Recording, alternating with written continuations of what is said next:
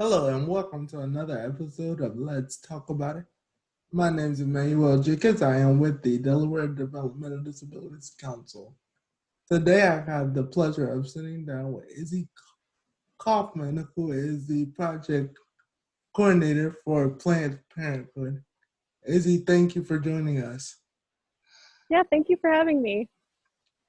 So we are going to be discussing healthy sexuality today, which we know is a large topic for conversation.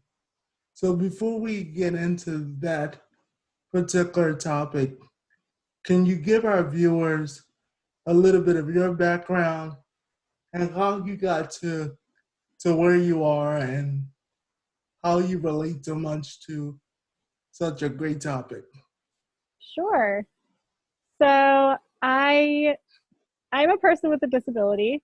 I use crutches and I use a wheelchair sometimes. And so this is particularly important to me, this topic of healthy sexuality, because when I was growing up, I always felt like the information that I was getting was different from the other students in my school who weren't disabled. And I was like thinking, well, why is this different? Or why am I getting less information or information that's not as complete? And it's because there's like a lot of misconceptions about disability and sexuality. So I went through school. I thought I was going to become a doctor, and I kind of like went that way, starting with undergrad. And then I took a human sexuality class in my senior year at school, and I just thought, I want to teach this. Like this is an important topic that oftentimes a lot of us don't get really good sexuality information, and it just depends on who's like giving you the information. But I want to spread shame-free sexuality education just across the board. People with disabilities, people without disabilities. I think we all need to know this information. So yeah, I took that class, and then I just thought I want to be a sexuality educator. Like I want to educate my community, and I want us to be empowered to learn about sexuality and to experience it in a safe way. So yeah, I ended up going to grad school at Widener University, and I got a master's in education in human sexuality studies. So, and then I did some consulting for a few years, did some disability trainings with different organizations in Philadelphia, including Disability Pride Philadelphia.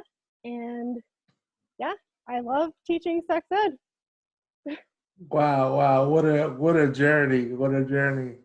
So you started out with the ambition to be a doctor. You took that one class and that's when the spark went off and you was like, this is it, this is it. Yeah. It sounds like a pretty cool journey. You know, you had one of those serious aha moments to teach people with and without disabilities about like healthy sexuality just because of that one class. So I'm pretty sure you're excited. I can see the excitement on your face as you talk about your journey and where you are now. Before we get into real deep with the healthy sexuality, can you tell me about some of the key programs that is offered by Planned Parenthood that people may not be aware of? Sure. So Planned Parenthood across the country is one of the biggest. We are the largest deliverer of sexuality education across the country. So that's like a huge part of what Planned Parenthood does. And then we also do, for Planned Parenthood of Delaware, we do one-on-one education for people with developmental disabilities. So we get referrals for people to come, and we work with them on their individual goals. So whatever they want to learn about, we'll help them get there. So it could be anything from like finding a partner to going to get an STI test and like what that looks like for them. So I think the one-on-one education is a really big part of our work too. And then we do a lot of professional development education, and that also looks like parent webinars. but we'll talk a little bit about that later, more specifically, like the webinars we're going to offer. So we have like the educational part, and then there's the healthcare part, healthcare side of things, which I don't really work as much in the healthcare side, but we do, healthy gynecology appointments, STI screening, we'll give out prenatal vitamins, contraception. It covers a lot. There's male healthy sexuality. Definitely the biggest part of it is just making sure that people are able to reach their reproductive goals, whatever that looks like for them. So if that looks like learning about options for adoption, or options for contraception, or in very rare cases, options for abortion, if that's what people need. So we just try to be there for whatever reproductive health care need that people have. And I know that televisits are going to start too due to COVID-19, so that care will still be able to be given, and we'll be there no matter what. Wow, you taught me a lot. A lot of stuff I didn't even know, especially about the mental health thing. And oftentimes you don't really know about all the specific programs that is offered by an organization such as Planned Parenthood, because it's so large. So thank you for sharing that information. I'm over Sure. here. I'm over here taking some notes in the middle of our conversation, so I appreciate that. Well, actually, let me just share the website too. You can learn more about our services and things at PlannedParenthoodofDelaware.org. Y'all heard it first. I will make sure it is in the description for you guys to be able to visit that website and to understand more of what they do. And I'll get you to share that information again later, just for people who might join in the middle of this video. So I'm excited to dove into healthy sexuality. Can you share what is healthy sexuality? We hear the word, and for people that may not know, we kind of draw our own conclusions.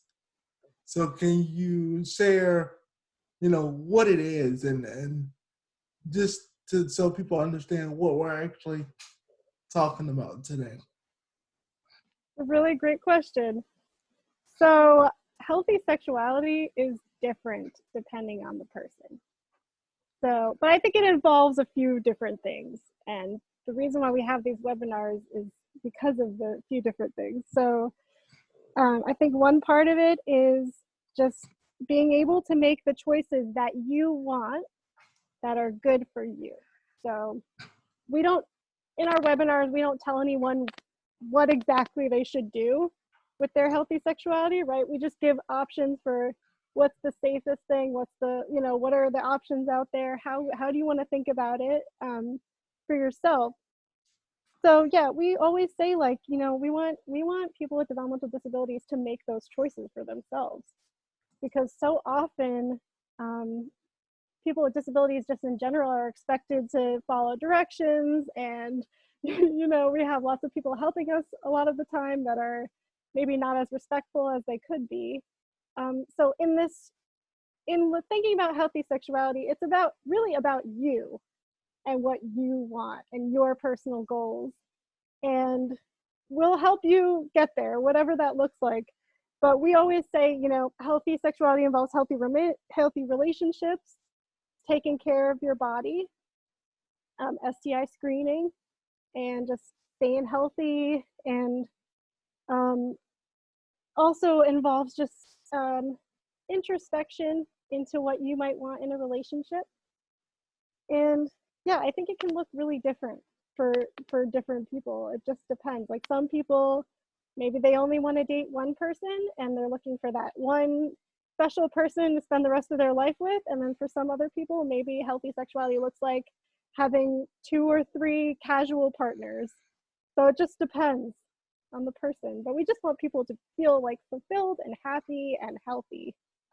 It really feels like as you talk about it and as you describe it, it really sounds like the whole key of sexuality, the key to what that looks like is just someone being happy and making those choices freely. You know, we are fortunate to live in the United States where we have the freedom to make decisions and freedom to make choices.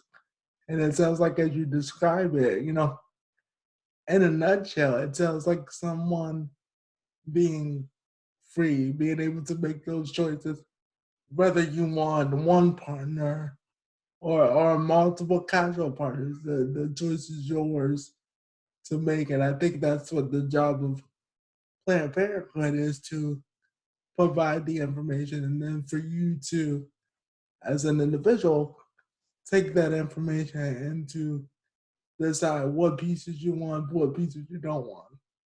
So it's not like you guys are telling people, you know, this is the way to go. You're saying, look, here's what we offer. Here's the best information of options available. The choice is yours. Hmm. All right. Thank you for that. I'll tell you, we just started. I got several notes over here already. So, Yeah. um, Oh, and I just thought of another thing that falls under healthy sexuality is but consent. That's another big can, can, key. can you elaborate on consent while we're on the topic of Sure. that? Can you elaborate just a little bit? Yeah. So consent is like, I think it's a buzzword right now. We're hearing a lot because of hashtag Me Too and Time's Up. And consent is really just like an agreement between people, right? We ask for consent every day. Sometimes, even through webinars, we'll say, hey, could you please turn on your video?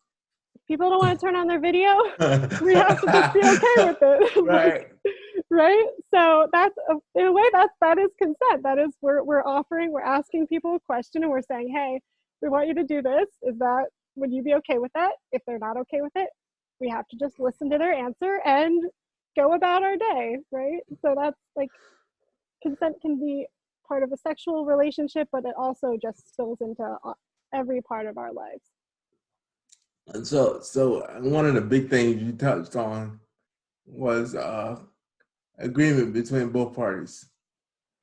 Hmm. So you know, consent can't be one sided. You know, you mentioned Zoom meetings. You know, somebody could ask you, but if you say, "Well, I don't want to," you know, the choice is yours. That consent has to, for it to be consent, it has to be both ways.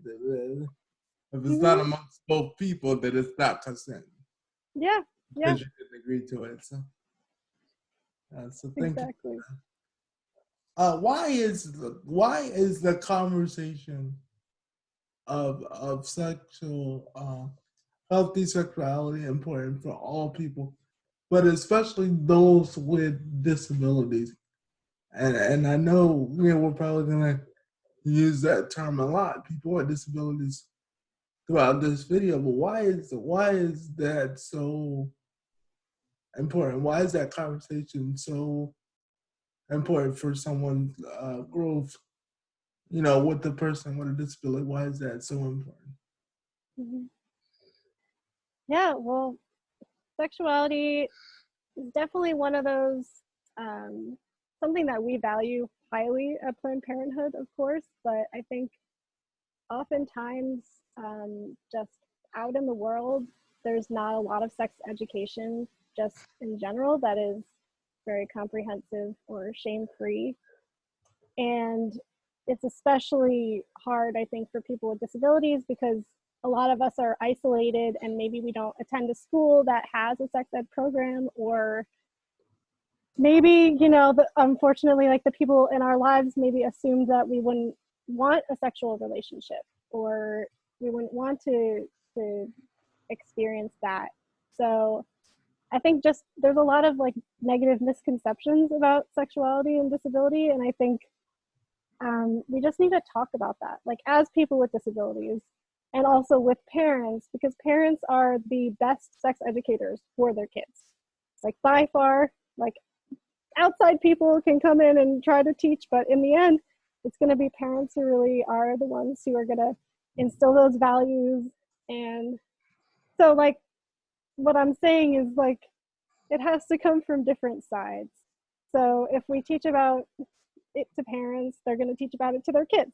If we're teaching to adults with developmental disabilities, they might have some knowledge already. So we can learn from them. And also, asking questions. I feel like that's something that we're not always offered. Like just to ask any question that we want about sexuality, right? Like Right. sometimes that can be like really inappropriate in certain situations, but in our webinars, we really want to open up that space because sometimes, like a lot of times with the people with disabilities I've talked to, they say, oh, I never had an option like to talk about this before. Mhm. I never had a space to do this. So we make that space. At least we're going to make it online. Typically, we would do it in person, but Right. we got to adapt. And I think you touched on a lot of different points there.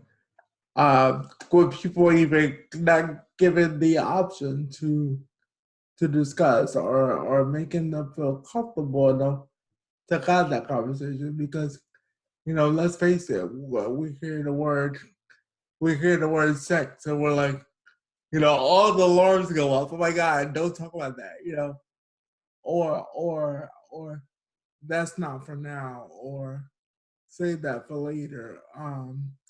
But we know as human beings, we're explorers. Mm-hmm. We have feelings, and I think it's important to have the conversation because you're gonna naturally develop those feelings without someone telling you what those feelings are. Mm-hmm. Naturally because that's the human body to develop sensation and all those different key areas. I mean, we could talk about this all day because there's so many different layers to it. But I think he touched on the idea that a parent is the best, you know, sex educators for their loved ones. So with that in mind, that don't be afraid to have that conversation with your loved one, even if you don't see them having a relationship, because I think we hear healthy sexuality or the term, then we automatically think, oh, they want a boyfriend or they want a girlfriend. Uh, and I think it's more than just a relationship. Mm-hmm.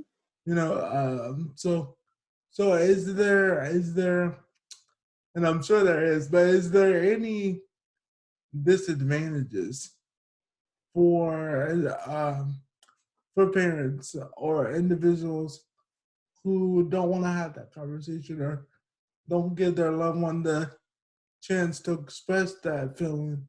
You touched on it earlier with your own experience that you felt like the information was not, you know, it was taught, it was given to you, but it wasn't for you to be able to understand or in a way where you can relate. So, are there any disadvantages to not having the conversation? Yeah, I think that is a really good question. One of the big disadvantages that I can think of is just safety, like personal safety.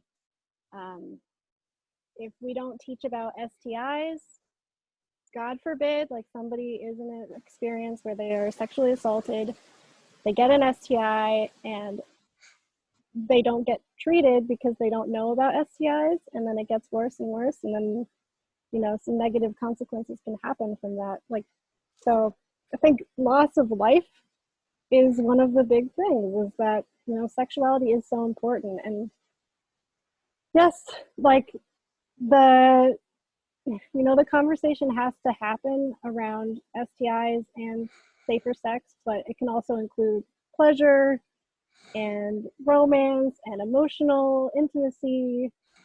So yeah, I think like if you're not having those conversations, there's potential for risk, for more risk.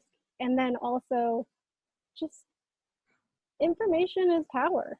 Like the more information we have, the more we can make an informed choice about our lives. And if we don't offer that information in the first place, how are we going to know what kind of choices we need to make?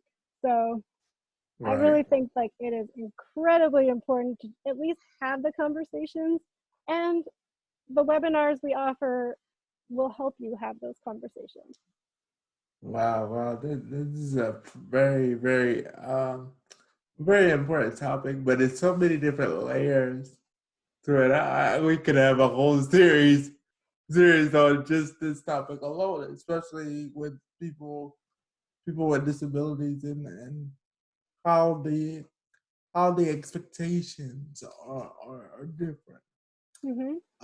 You know, you touched on, people having the information available, and when they don't have it, that can lead to certain things. I kind of go back to when you were exploring, your career path. If it wasn't from you taking that class or that class being offered, I would probably be talking to you right now, but you would have a white jacket on, as a doctor. But it was because that information was delivered to you, you took advantage of it, and you said, aha, you know, this is what I want to do. And I think if you relate it back to healthy sexuality, when people have information, then they don't wonder. When they don't wonder, they don't take those gambling moves of, okay, nobody taught me, so now I can go experience it for myself. And if I don't know the consequences, I don't know what's right or wrong. Right. Uh, That's a big part of it too. Some of the adults that we've worked with have been in unfortunate circumstances where they've looked at something online that was sexually explicit and it was a minor. So just teaching like media literacy around sexually explicit media, and keeping people from accidentally committing a crime that they didn't realize they were committing. Like it's yeah, there's a lot of potential backsides to not having the conversation, but there's really only upsides to having it in the first place, because increased right. knowledge. Right. I think you touched on something that we can discuss briefly is the media industry and how we see things on TV or through videos.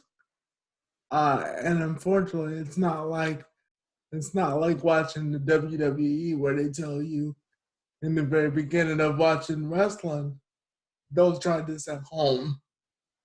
You know, so everything that you see on the adult industry, some of that might not even be safe, but that's to them that's entertainment. To them that's making money. But if we're talking about a healthy sexuality experience, and I think that's what it's all about. That experience of being happy and having a relationship, whether it's a relationship with someone else or whether it's just with you knowing your body, you exploring those feelings, individually. So really, we know now in today's society that information is only a click away. Not necessarily saying that it's accurate or correct or with good intentions, but it's only a click away. So I think Planned Parenthood really offering a platform where people can express feelings and gain a knowledge, and not just based on what they see on an adult website. Mm-hmm. I think it's very crucial. You know, I didn't even think about just the media alone.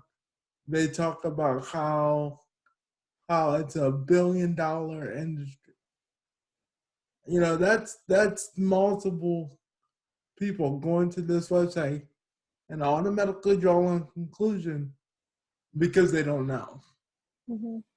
Now, some people might go there and be safe and know enough to let it just be entertainment.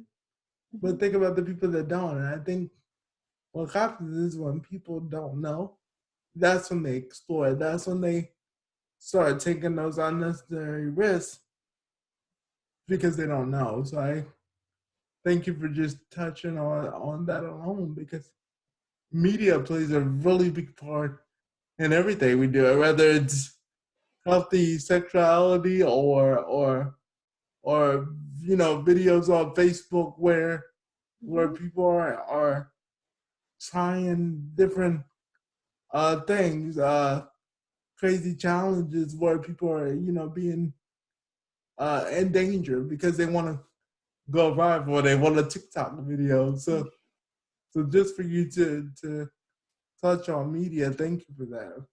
Mm-hmm. So as we and I heard you mention this a couple of times, and I'm excited to talk about it. But you talked about some upcoming webinars. Are you guys offer webinars? Can you elaborate for the audience what's going on, how they can register, why would they want to register, and what are the benefits? As we say the word webinar, you start to glow, so you're excited about just the topic. But can you share more about that and how people can register? Sure. So we have a few webinars coming up, actually. We have one on May 20th, which is for parents and caregivers, guardians. It could be professionals who work with people with developmental disabilities. And that is called Let's Talk. And it is all about having those conversations around healthy sexuality with the people that you love or the people that you work with. So we're going to do activities. We are going to teach about sexual development across the lifespan. We're also going to teach about how to answer those sexuality questions that might give us some anxiety sometimes about answering, but we'll show you that it's really not as scary as you might think, and that we're empowering parents you can be a sexuality educator. You can, to your kids, and you can do it, and we'll give you the tools to help you with that. So you said that is May the 20th? Yes, May 20th, which is next week. Next week, May 20th. So what time? Can you share the time? Yes, it's 3 to 5 p.m. 3 to 5. So 2 hours of great interaction, conversation about healthy sexuality. Mm-hmm. And I think the key word here may be webinar, which means that people can join in the comfort of their own home. So if they want to, if they want to throw on some pajamas and Right, a yeah. t-shirt, We May don't 20th. mind. Planned Parenthood does not mind. And that partnership for the webinars that you talk about, that is actually a partnership between our both organizations. So we totally endorse such a great webinar. So people can register. How can people register for this amazing webinar? And why would they want to? Yeah. So how you can register is you can email me, and we'll put the link or we'll put my email in the description. But it's Kaufman, KAUFMAN at ppde.org. Just Can you send repeat me an that? email. Can you repeat that one more time? Yeah, Kaufman, IKAUFMAN at ppde.org. That's my email. You can send me an email and say, I want to sign up for this workshop on the 20th. If you're a parent, we would love to have parents show up because that is who this is geared for sure. So yes, we have that one on May 20th, and I think just coming and showing support, like if you're going to come to the webinar, you're already showing support for the people that you work with and the people that you love. Like you're saying, you know what, I want to learn this information. I want to see how I can spread this safer sexuality information to the people that you know in your life. And we'll have a good time talking about some of our insecurities, if we have any, about talking about sexuality. And we're also going to, like, it's going to be very interactive. We like to talk a lot. We're also very comfortable with awkward silences if that happens in webinars too. We're very open. You can cuddle with your cats and dogs, whatever you want to do. This is going to be like a real low pressure environment for us to just learn together. So for people that don't have, I shouldn't say don't have, but for those that want to register but don't want to use an email because they want to ensure that they are talking to a real live person, how can people contact you other than email? Yeah, you can call me. My number is 302-224-8099, extension 3. All right, so you heard it, May 20th. And you said 3 o'clock? Yep, 3 to 5 p.m. 3 to 5. So after you grab a bite to eat, grab your computer, come sit on the couch and get some great information. Yeah, And, you can get cozy, wear a blanket, whatever you want. And as he said earlier, if you don't want to turn your camera on, you don't have to. As long as they know you're there listening to the content. Now, I understand that one is on May 20th. And you also have another one coming up after that one that I'm like, so I'm excited about both of them, but I'm definitely excited about the next one. Can you share information about that one? Yes. So the next one is on June 4th, 2020, and it is for adults with developmental disabilities to join us. Only adults with developmental disabilities, no parents, no professionals. This is just for you. So it's going to be a real whirlwind of a webinar because I have a lot planned. I feel like I'm like trying to take parts out because I feel like I have so much to do. But it's going to be fun. We're going to play some games. We're going to talk about safer sex. We're going to talk about relationships. We're going to talk about public versus private. We're going to talk about how to be a sexual self-advocate. And yeah, you should totally come. We don't bite. And also you can ask, if you have like a burning sexuality question, this would be the place to come ask it. Because we are very open. And as long as we're all respecting each other in the webinar and we're creating a safe space for everyone, we'll have those conversations. We'll open them up and you can ask your questions. We want you to be curious. Yeah, absolutely, absolutely. So again, your email for people to register is ikaufman@ppde.org. And my phone number is 302-224-8099, extension 3. all right. These are some exciting times. As you share about both webinars, let's say you had a parent who was on the fence about signing up for this webinar, even though we gave them all this great information, and you highlighted earlier how parents can play, a really big part in the conversation for their loved one, that they can become great sex educators for their loved ones.